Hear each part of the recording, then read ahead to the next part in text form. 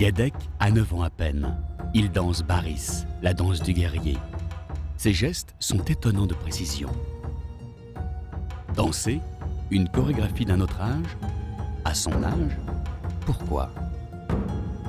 À Bali, la coutume se transmet encore entre générations, parce que les Balinais y croient si fort qu'elle est vitale pour eux.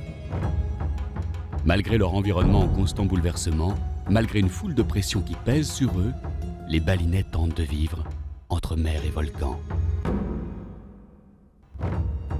Bali est placé sur l'énorme chaîne volcanique qui s'étend de Sumatra jusqu'en Nouvelle-Guinée. À peine plus petite que la Corse, Bali ne serait qu'une île de plus au cœur de l'Indonésie parmi 7000 autres. Mais elle est une exception paisible au cœur de l'Indonésie. L'Indonésie, un pays trop jeune, dont l'histoire est constamment bouleversée par les conflits ethniques, les crises politiques et les débâcles économiques.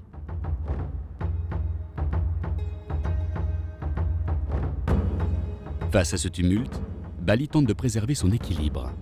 Équilibre entre le volcan et la mer.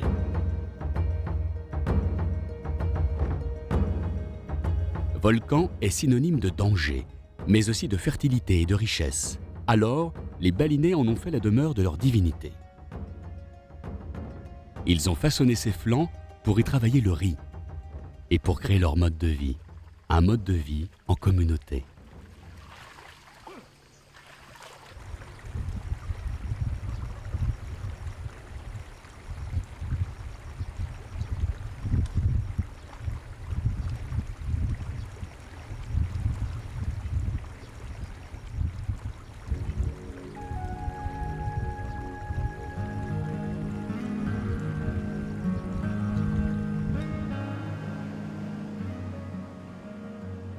La mer, les Balinais la craignent. Elle s'agite dangereusement au moindre coup de vent. Alors ils en ont fait le refuge des démons et de l'esprit de leur mort.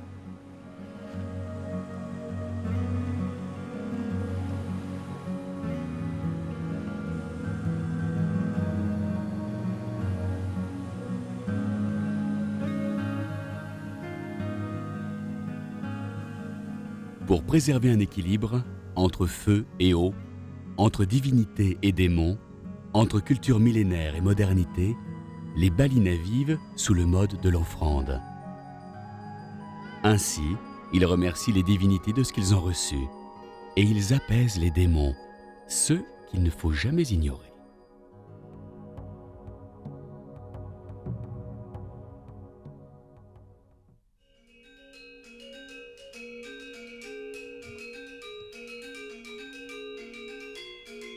Pak Lantyr est le chef de musique de son village. Il vit dans cette petite maison. Il y garde les instruments de l'orchestre. Lantyr a une position respectée, car la qualité de son orchestre est un gage de la valeur du village. La famille de Lantyr confectionne déjà les offrandes quotidiennes. Offrir, pour prévenir les petits soucis quotidiens.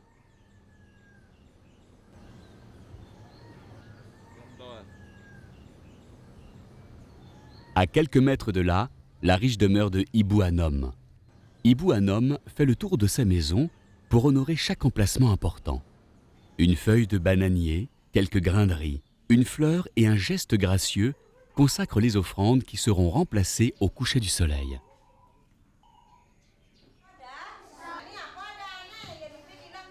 À l'école du village, on parle le bahasa indonésien, une langue de compromis fabriquée à partir du malais.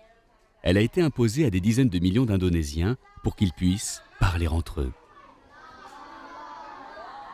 Ce gamin bien sage s'appelle Guédec. Guédec ne parle le balinais qu'à la maison. Toute sa vie, il devra jongler entre la langue de ses parents et la langue de son pays. Un défi à la scolarisation.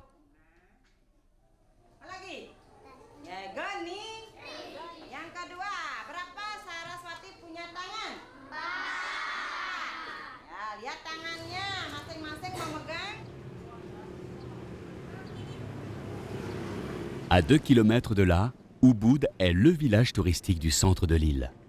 La vie s'y déroule au contact des visiteurs qui apportent beaucoup d'argent.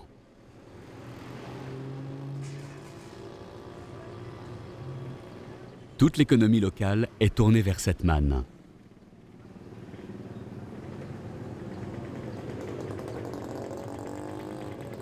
Des produits locaux, à l'aspect parfois terrifiant, s'entassent dans les boutiques, dans l'attente d'un hypothétique acheteur. Quelques offrandes devraient conjurer le mauvais sort.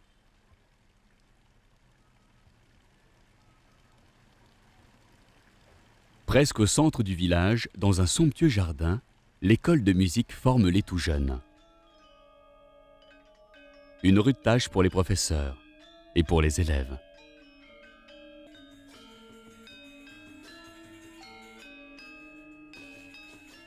Pâques Lentir aime bien y passer un moment, pour aider les gamins à pratiquer l'art complexe du gamelan, à maîtriser leur instrument et surtout à savoir jouer ensemble.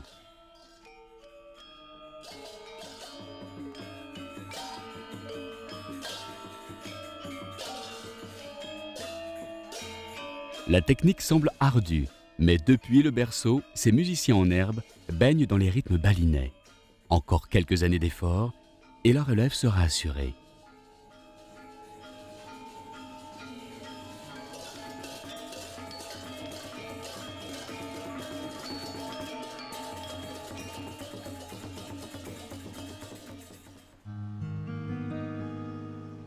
Si Guédec apprend à danser, si les bambins apprennent à jouer du gamelan, c'est parce que leurs parents les y incitent, et aussi parce que Bali doit mettre ses richesses en valeur.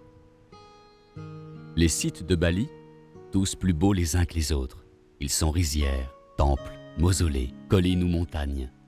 Ils semblent tous choisis pour leur harmonie, et ils sont innombrables.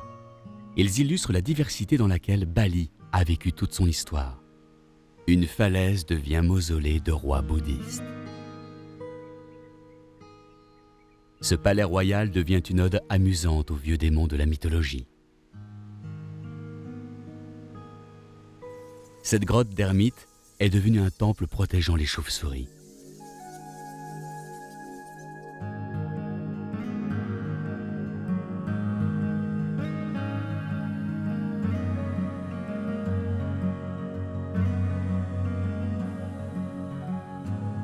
Ce temple est consacré à une divinité d'origine hindouiste, mais ce ficus géant rappelle le premier prêche du Bouddha.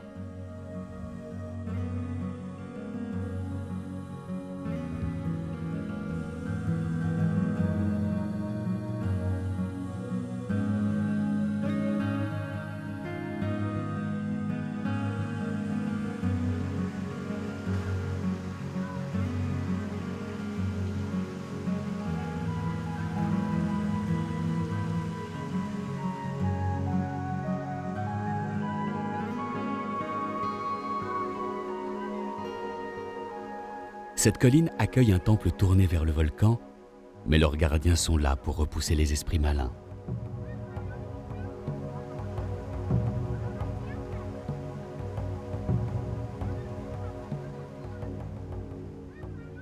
Cette pléthore de sites attire 2 millions de touristes par an, plus qu'il n'y a de balinais dans l'île. On ne se contente pas de venir prier dans les temples. Toute une vie quotidienne s'y déroule dans la simplicité.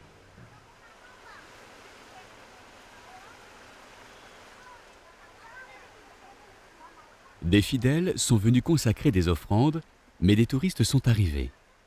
Leur curiosité et leur ignorance égratignent le protocole, qu'importe. L'ouverture et la tolérance sont le quotidien des balinais.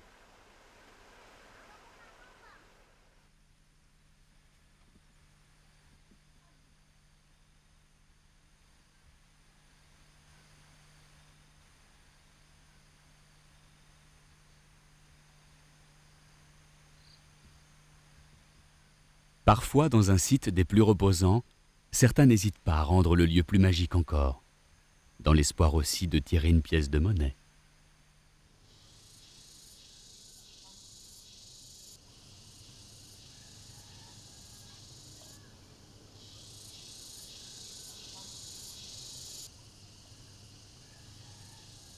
La religion balinaise est tournée vers les hauteurs et vers le volcan. Les cénotaphes possèdent d'autant plus de toits que les défunts qu'ils abritent étaient importants dans la société. La hiérarchie à Bali est stricte, constituée de castes et de clans difficile à transgresser. Chacun y tient une place précise, indispensable à l'harmonie de l'ensemble.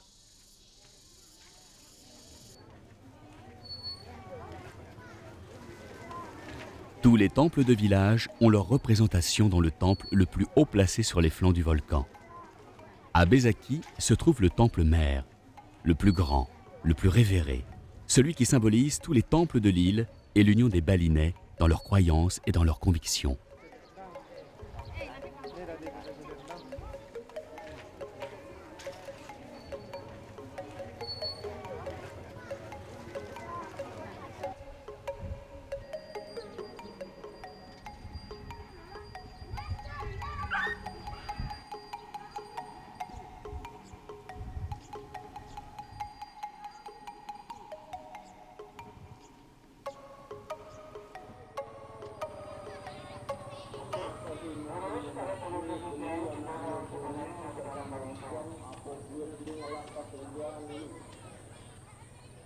Chaque temple doit être honoré au moins une fois l'an à l'occasion de son anniversaire. Il ne se passe pas un jour sans qu'un temple de village ne soit visité ou décoré. Alors il y a plus de fêtes à Bali que de jours au calendrier. À chaque anniversaire, les fidèles se pressent.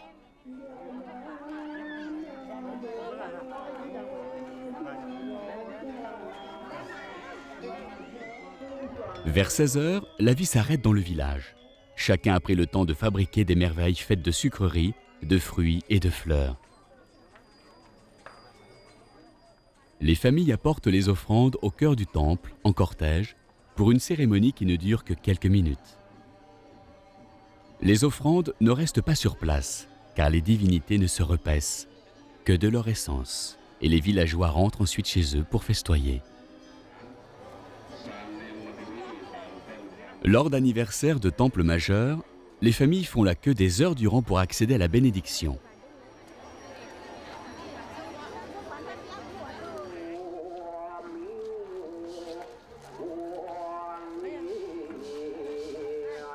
Des personnages mythiques tels le Barong, le protecteur du village, sont amenés en grande pompe pour donner encore plus d'ampleur à la célébration.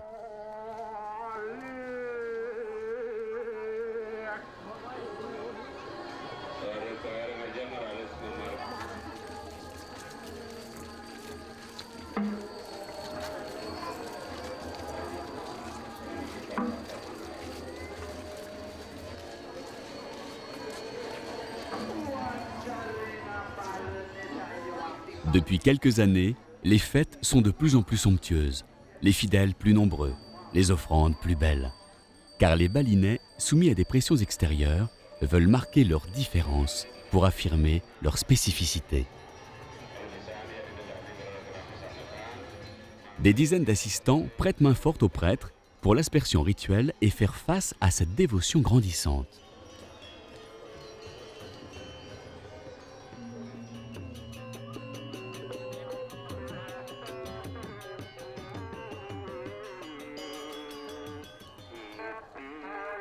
Le soir venu, les cortèges interminables sortent du temple, démontrant l'ampleur de la religiosité ambiante. Bali y trouve une force nouvelle, à défaut de cacher ses fragilités.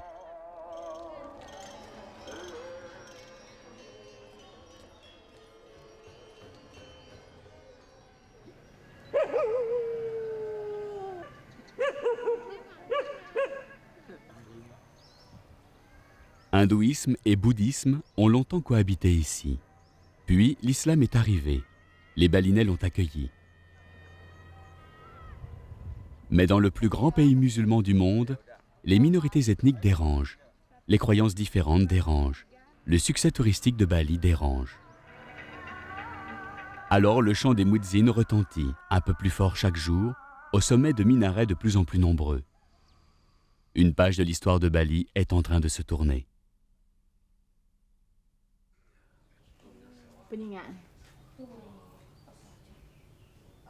Dans la maison de Ibu Anom, 4 générations sont rassemblées pour préparer la fête de l'école. On maquille, on pomponne les petites stars afin de les faire répéter.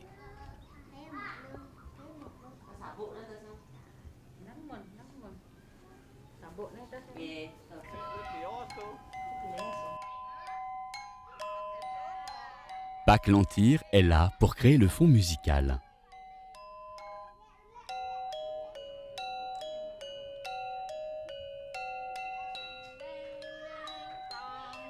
Grand-mère Anom, célèbre danseuse des années 50, et sa fille, Chokrati, elle aussi danseuse encore en activité, conjuguent leurs talents pour que les gamines puissent bredouiller leurs pas.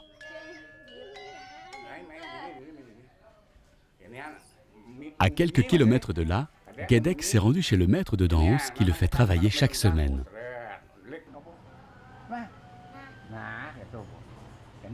Pâques Toutour donne ses dernières recommandations avant de commencer le cours.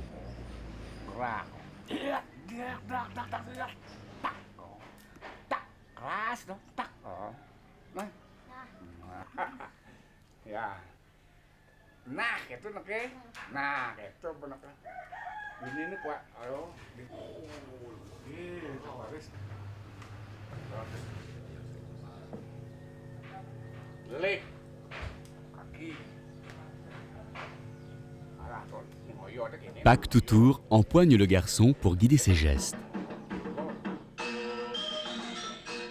En matière de danse, il y a peu de place pour l'improvisation. Chaque posture, chaque geste est codifié.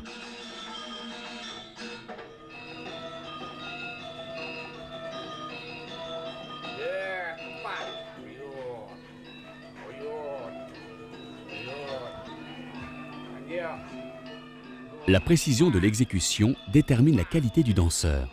À seulement 9 ans, Guédec est tout simplement étonnant.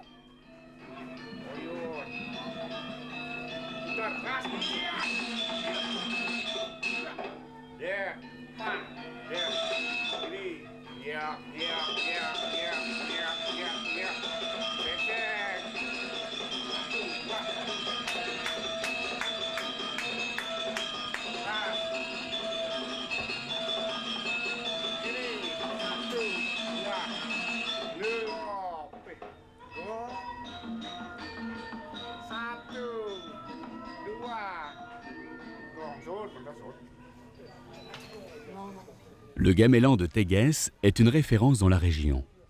Pâques Lentir nous apprend les rudiments de la musique à Bali. D'abord, il y a le trompong, qui se compose de gongs et se joue à 3 musiciens.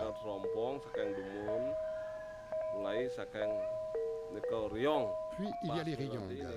Ils interprètent une mélodie de basse et se jouent par paire, en alternance.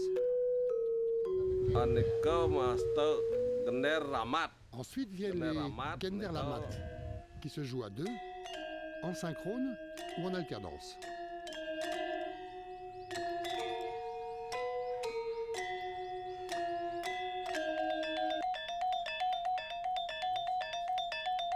Les tambours jouent en synchrone, soutenus par le gong grave.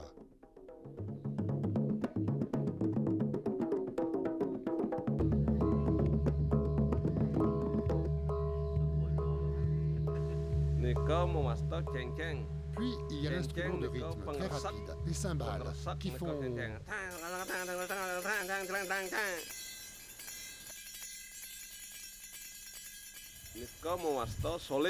Et enfin, les flûtes. Very sweet, très douces, qui font...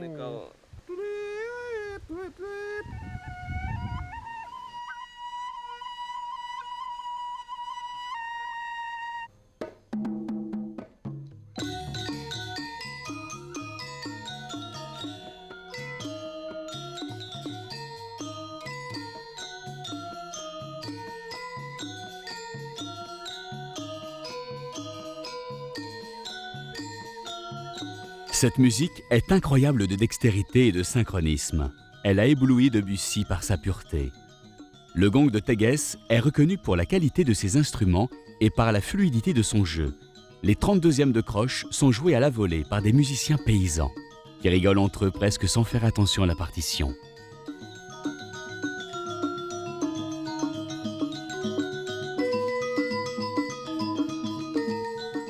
Guédec va faire son entrée dans le temple-théâtre de son village, devant les siens qui ne rateront pas une miette du spectacle.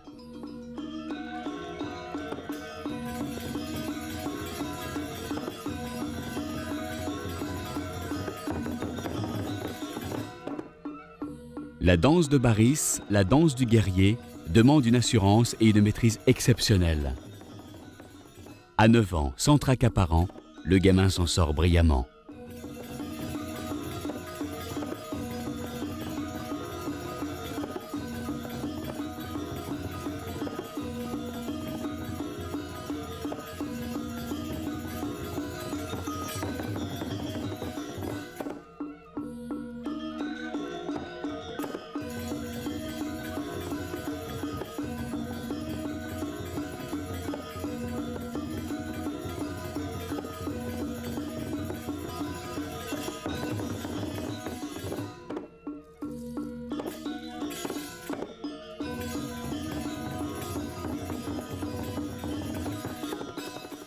Guédec aime aussi danser parce que les spectacles sont de plus en plus nombreux à Bali.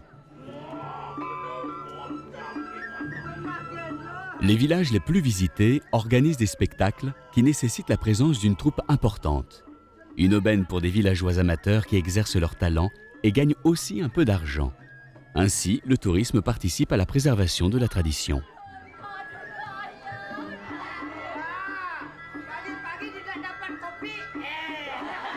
Les shows sont souvent agrémentés au goût balinais. Même si la trame du spectacle repose sur un récit dramatique, l'humour et le sens du comique font partie du caractère local.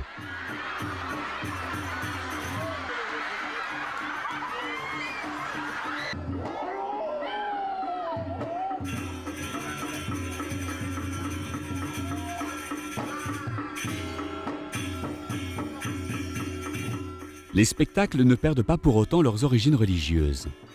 Lorsqu'ils s'achèvent par la lutte entre le Barong et son ennemi Rangda, la présence d'un prêtre est nécessaire pour calmer les esprits.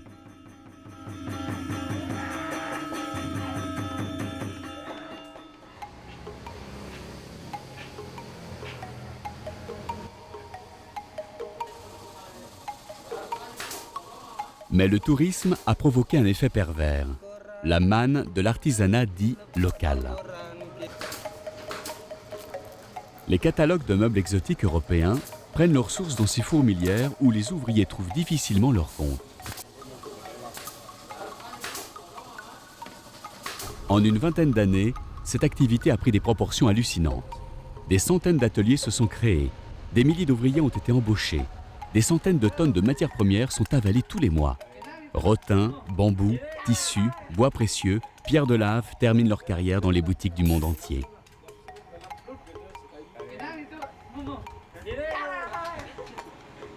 Le plus souvent, les propriétaires des ateliers ne sont pas des Balinais. Leurs employés, par contre, sont en grande majorité nés ici. Alors, à qui profite le flot de devises ?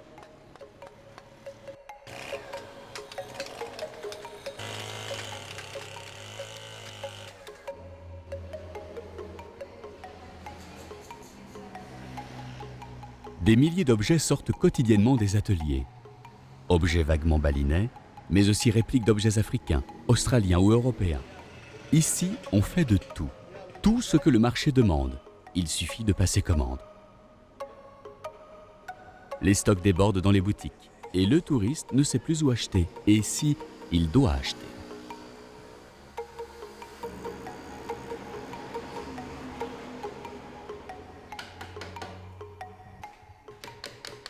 Certains artistes se lancent dans des sculptures gigantesques. Pour le bois noble, l'affaire est entendue, il n'y en a plus à Bali. Il est importé de Sulawesi ou de Nouvelle-Guinée, et les réserves s'y amenuisent dramatiquement. Mais de tout cet artisanat, les Balinais eux-mêmes ne veulent pas. Seuls les objets qui servent dans les temples suscitent leur intérêt. Même l'art traditionnel de la miniature, cet extraordinaire jeu de patience à l'encre diluée pratiqué à Batuan, n'attire pas l'intérêt des Balinais. Seuls les musées du monde entier et les collectionneurs recherchent et préservent cette technique traditionnelle millénaire. Elle constitue pourtant une part majeure du savoir-faire des artistes balinais. Ironie de la langue, le mot « artiste » n'existe même pas en indonésien. On parle tout simplement d'ouvrier. Ces deux anciens ouvriers du bois se sont associés. Ils sont devenus sculpteurs de masques de théâtre topeng. Comme l'un d'entre eux dansait aussi, ils sont devenus danseurs de topeng un art sacré qui intervient dans toutes les cérémonies.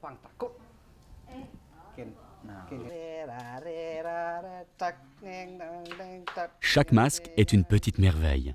Ses proportions, le choix de ses vernis, sa capacité à changer d'expression avec la posture du danseur font que ces objets d'art ne prennent leur véritable personnalité que lorsqu'ils sont dansés.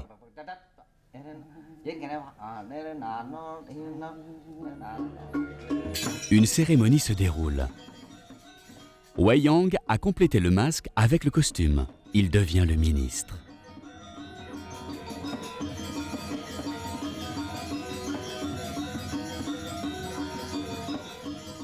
La cérémonie est un limage de dents. Comme le veut l'usage, toutes les familles du village ont été invitées. Et elles arrivent une par une, apportant des présents pour leurs hôtes. À l'entrée, offrandes et cadeaux sont consacrés par un officiant.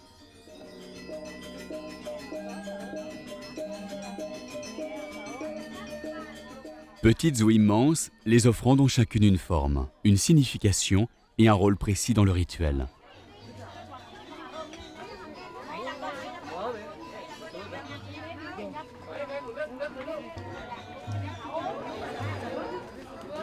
Ibu Anom ne pouvait pas refuser l'invitation.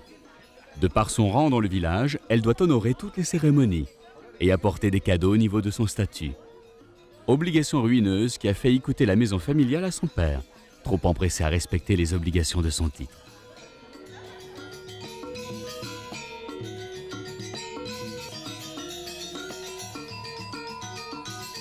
Pak Lantyr et le gong de Teges participent à l'événement.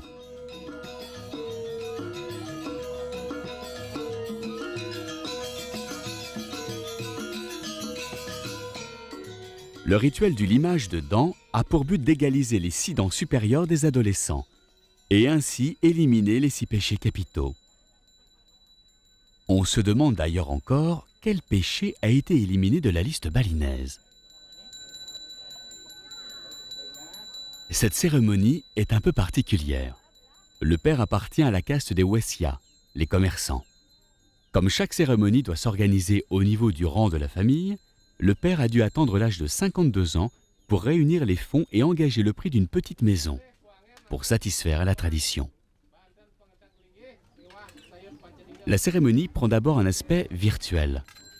L'officiante tapote gentiment les incisives des gamins qui, comme par miracle, se sentent plus rassurés.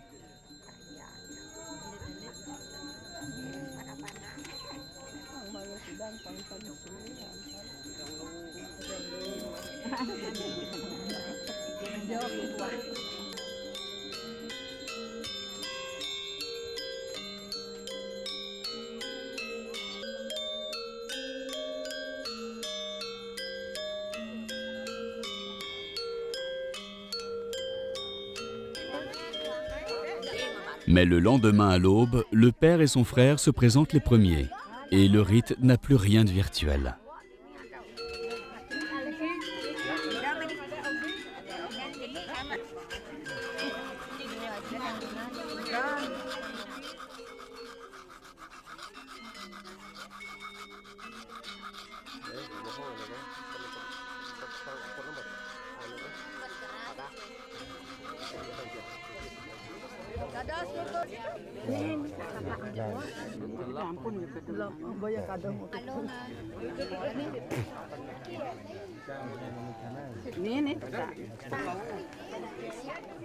Cette pratique immémoriale provoque la colère des dentistes de l'île. Mais rien n'y a fait. La tradition est la plus forte.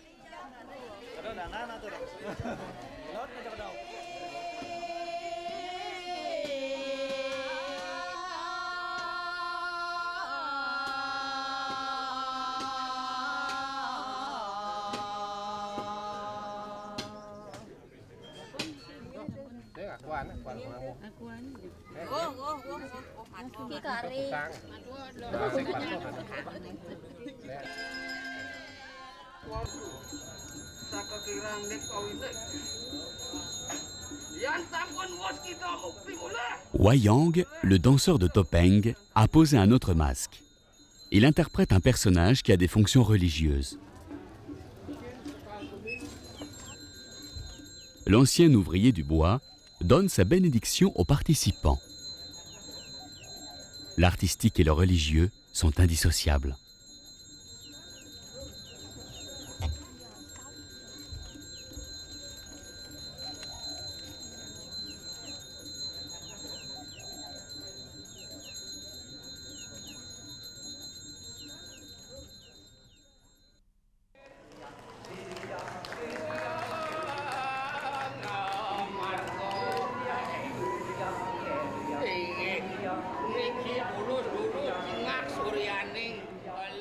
Ibu Anom a décidément beaucoup d'obligations.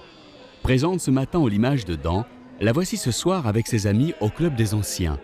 Il donne un spectacle gratuit pour le village.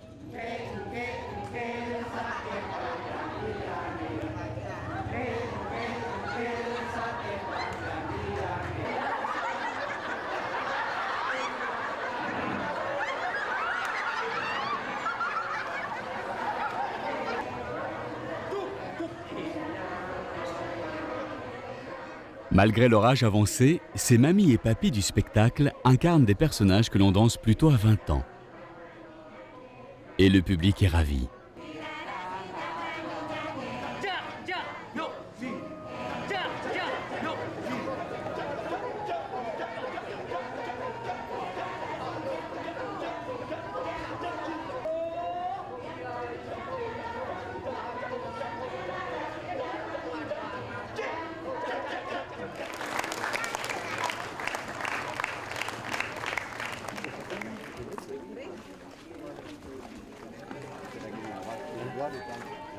En quelques heures, à peine quelques minutes plus tard, dans le même village, Ibu Anom a juste eu le temps de se changer avant de participer à une cérémonie au temple central. Elle doit être là, même si la fatigue se fait ressentir.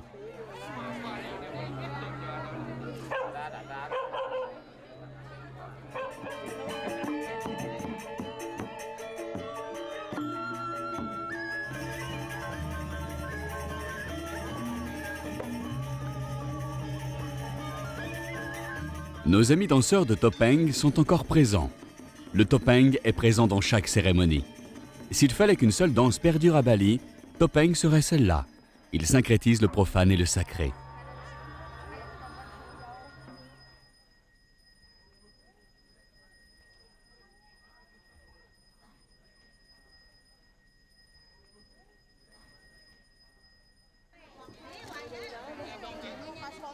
Il est à peine 5 heures du matin à Kusamba. Le marché est déjà installé. Les journées de travail sont longues et fatigantes. Malgré cela, on prend sur la nuit pour grappiller quelques roupies. Les femmes sont de loin les plus présentes pour améliorer le quotidien à une heure aussi matinale.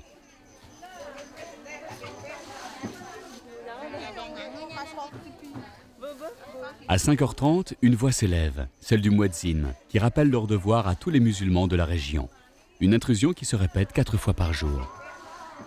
Les deux communautés vivent côte à côte sans grandes affinités. Et elles font face à une même réalité qui chaque jour est un peu plus difficile.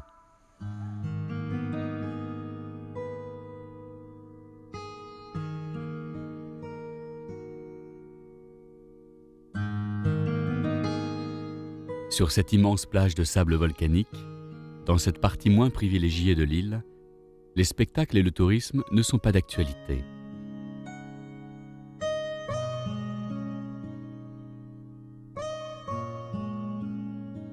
Trois villages de pêcheurs entretiennent une flottille de pirogues à balancier, des praus, des embarcations bien frêles pour affronter une mer aussi capricieuse. Au moindre coup de vent, il vaut mieux rester à terre.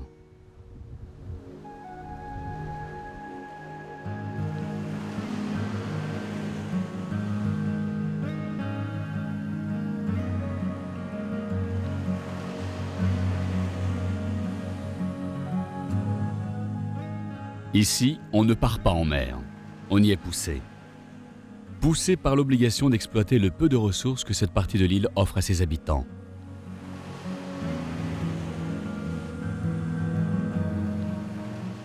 La mer et la pêche ne sont pas le point fort des Balinais. Ils craignent trop les démons qui s'y sont réfugiés. Les têtes de poissons et éléphants qui décorent la proue ne suffisent pas pour écarter le mauvais œil, encore moins pour trouver une pêche miraculeuse.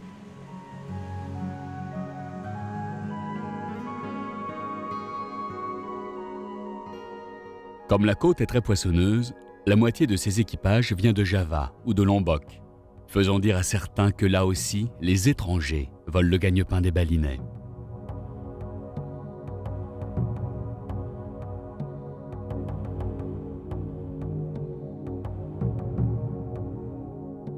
Que faire ici pour s'assurer un minimum de revenus?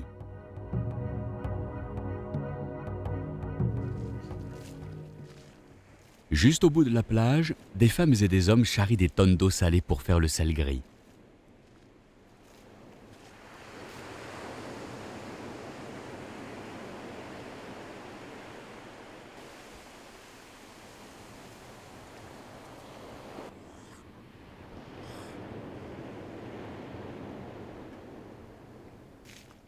L'eau est répandue sur le sable, puis laissée quelques heures au soleil avant que le sel devenu gris ne soit récupéré à la surface.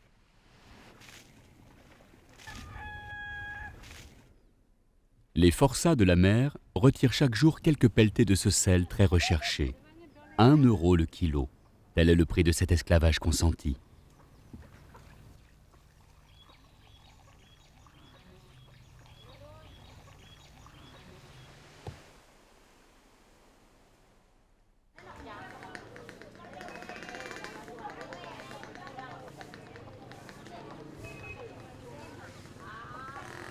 Tenganan est un très ancien village où les croyances sont différentes. Voici 4 siècles, Tenganan a résisté à l'arrivée de princes et de rois venus de Java.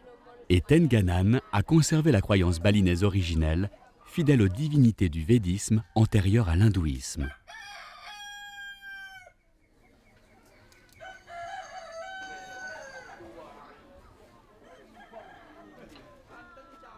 Ici, on vit très bien du tourisme. La forme très particulière du village et une technique de tissage originale lui valent beaucoup de visites.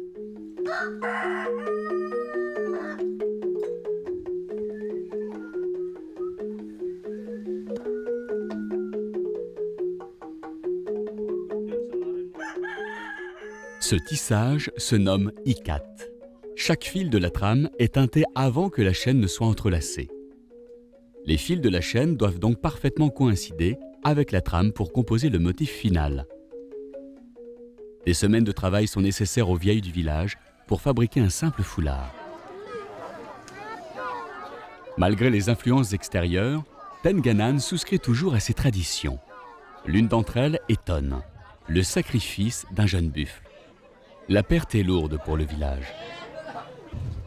Un jeune a été désigné pour cette tâche. Il n'a pas l'air très sûr de lui.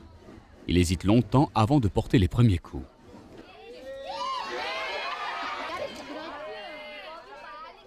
Les railleries fusent de partout et le rituel tarde à s'accomplir. L'exécutant manque d'expérience, peut-être aussi de conviction. Il doit sacrifier un infatigable compagnon de rizière, ce que l'on a ici de plus précieux.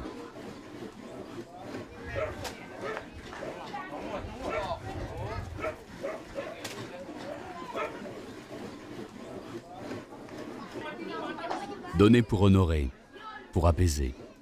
Donner aussi dans l'espoir de recevoir. Il faut savoir le faire, même lorsque cela crève le cœur.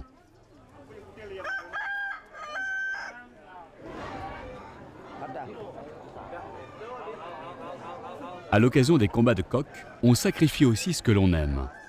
La passion des Balinais pour les coqs est évidente. On les entraîne, on les masse quotidiennement, avant de les faire s'affronter à mort.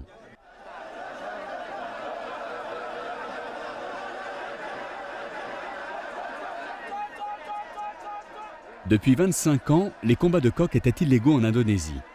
Mais les Balinais ont argumenté qu'il s'agissait d'un rituel religieux, d'un sacrifice aux divinités. Et les combats sont maintenant tolérés, à Bali uniquement.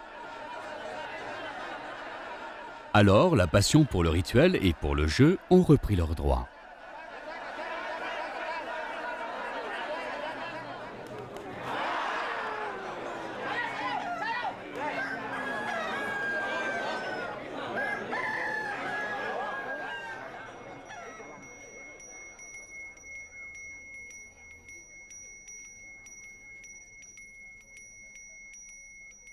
Bien que la plupart des cérémonies coûtent extrêmement cher en regard des revenus, peu de Balinais souhaitent échapper à la coutume.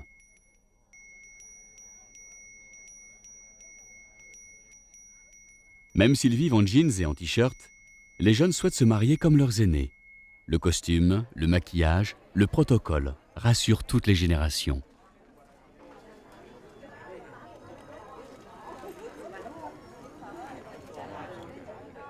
La culture et la tradition deviennent le rempart contre ceux qui risquent de faire perdre leur identité aux Balinais. Car les Balinais craignent de ne pas pouvoir un jour en maîtriser toutes les conséquences. Ils cherchent dans leur passé et dans leurs coutumes les réponses à ce qui les inquiète au plus profond d'eux-mêmes.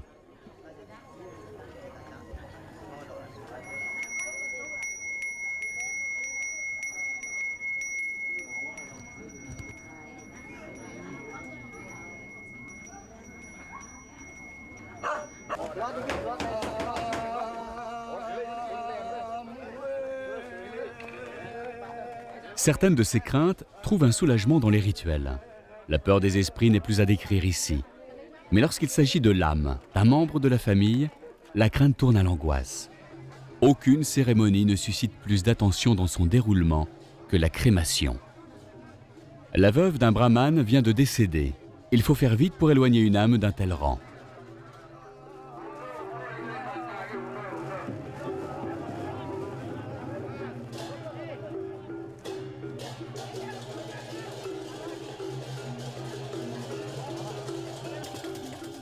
La crémation coûte une fortune pour un noble. Plus la caste est élevée, plus la cérémonie est complexe, plus la tour est haute, plus l'animal de crémation est beau, plus il faut recevoir d'invités. Il faut aussi un prêtre à l'esprit puissant pour envoyer cette âme vers l'au-delà, pour qu'elle ne revienne jamais hanter les vivants. Alors, la tour virevolte à chaque carrefour, pour que l'âme ne retrouve jamais le chemin de la maison.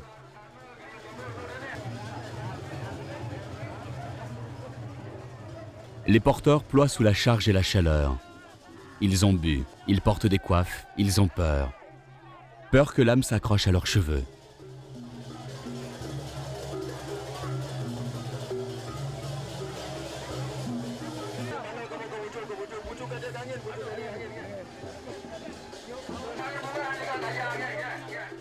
Le cortège arrive vers la place de crémation. Le taureau qui va servir pour brûler le corps est ouvert pour faire place à la dépouille.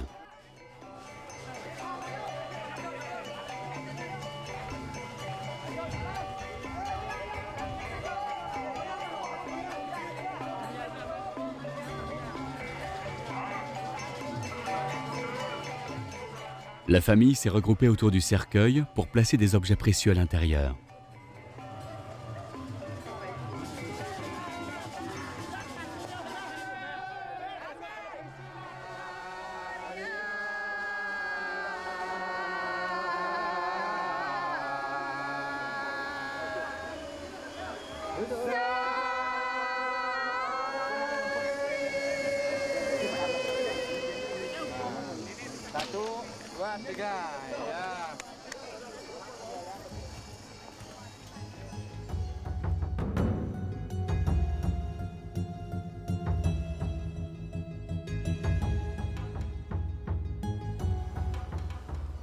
En quelques minutes, une part d'héritage part en fumée. Pour satisfaire un rituel, pour honorer la disparition d'un ancien, pour envoyer cette âme aussi loin que possible du monde des vivants.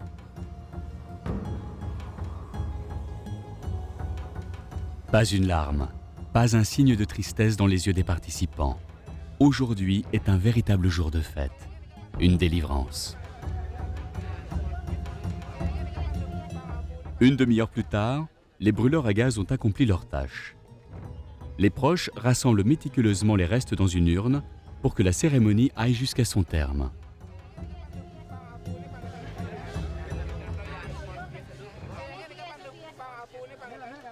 Il faut emmener les cendres vers la mer, ce lieu où demeurent tant d'influences néfastes. Mais la mer est aussi l'avenir des disparus.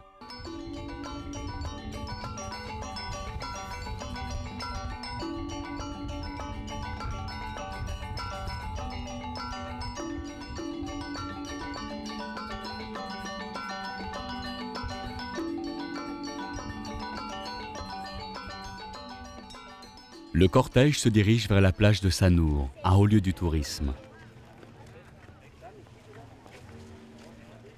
Qu'importe si les vacanciers acceptent de vivre face aux démons. Pour cette famille, Sanur est d'abord l'endroit où doit s'achever son deuil.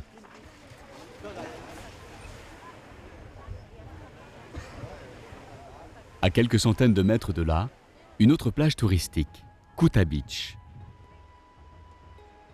En 1970, Kuta était un petit village de pêcheurs. Les esprits les plus néfastes s'y étaient réunis, disait-on. Kuta et ses habitants étaient presque bannis de la carte. Aujourd'hui, Kuta est une immense station balnéaire. Tout y est possible, ou presque. Une démesure, une ineptie pour la morale balinaise. Sauf pour ceux qui étaient nés pauvres et bannis à Kuta, mais propriétaires d'un lopin de terre. Eux se sont reconvertis pour surfer sur la vague du dieu dollar. Attirés par ce boom, les Javanais ont accouru. Ils y ont acheté les terrains, ils y ont construit des boutiques qui louent maintenant à prix d'or, avec les stocks aux Balinais.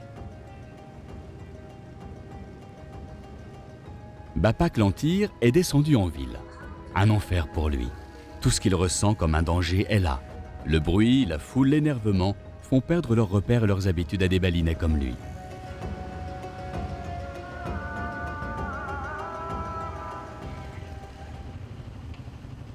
Mais que faire devant ce déferlement de modernité sonnante et trébuchante? Toutes ces nouveautés fascinantes entraînent les jeunes et les autres vers un style de vie qu'ils maîtrisent mal. Mais ça marche, la fascination est à son comble.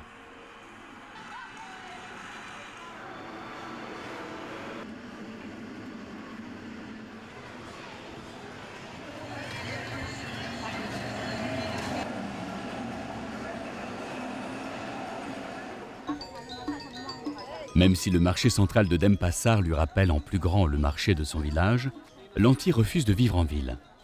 L'empressement des commerçants, leur hâte de vendre, leur urgence du gain lui semblent palpables. Mais comment se comporter autrement? Ces paysans commerçants doivent aujourd'hui assumer toutes ces dépenses modernes avec les mêmes revenus qu'il y a 20 ans.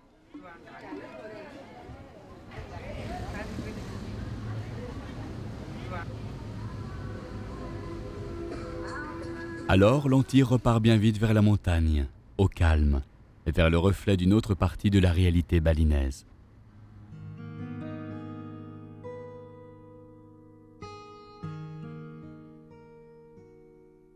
Il retourne vers ses rizières où, chaque jour, un effort est nécessaire pour que la vie normale continue. Pour que le fruit de la terre, de l'eau et du volcan se développe et profite à la communauté.